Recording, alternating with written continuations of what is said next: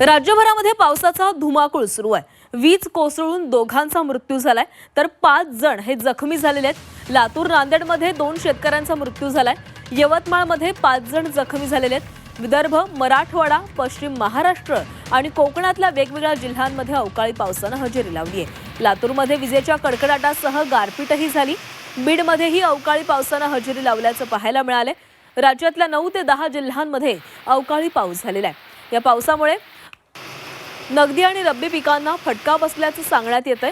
यवतमाळमध्ये वीज कोसळून 5 जण जखमी झाल्याची माहिती समोर आली आहे। शेतमालाला कमी भाव मिळत असतानाच आता शेतकऱ्यावर पुन्हा अस्मानी संकट कोसळल्याचं पाहायला मिळतंय। राज्यात कुठे पाऊस पडलेला आहे पाहूया।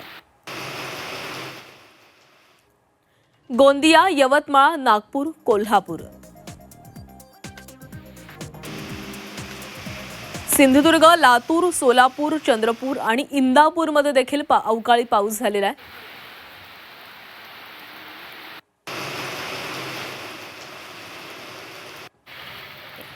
यवतमाळमध्ये 5 जण जखमी झालेले आहेत वीज कोसळून।